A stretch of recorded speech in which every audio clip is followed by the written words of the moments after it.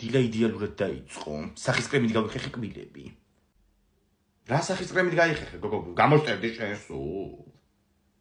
არა, უბრალოდ გაბრუებული ვარ. უკანა კბილი მткиვა და ტვინში მირტყავს ეგრევე. ისე კი გამიყვუჩი ცოტა იმ სახის კრემა.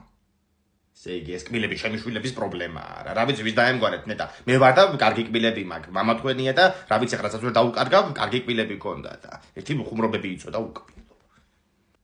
ლია დეიდა მიდეკავს. აუ, შენც გიდეკავ და უეჭვილი და მიგდებული გაქვს ისევ ტელეფონი. ხო, ლია დეიდა. ნიურის კბილიც გვაქვს და მткиვანი კბილიც, შენ რომელი გინდა? ნიური ხო გვაქვს.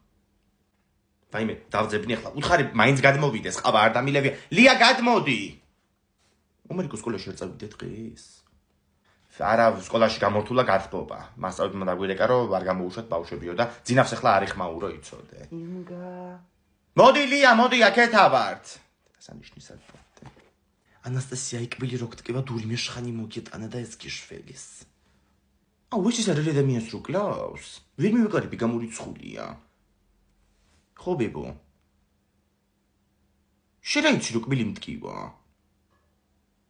აზიარა ვარ.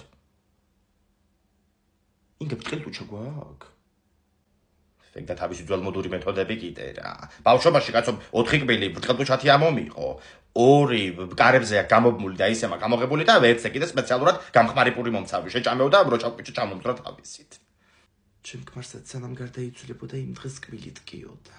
იძახდა იქნება გამიყვუჩდესო და მე მთლიანად გაყვუჩდა.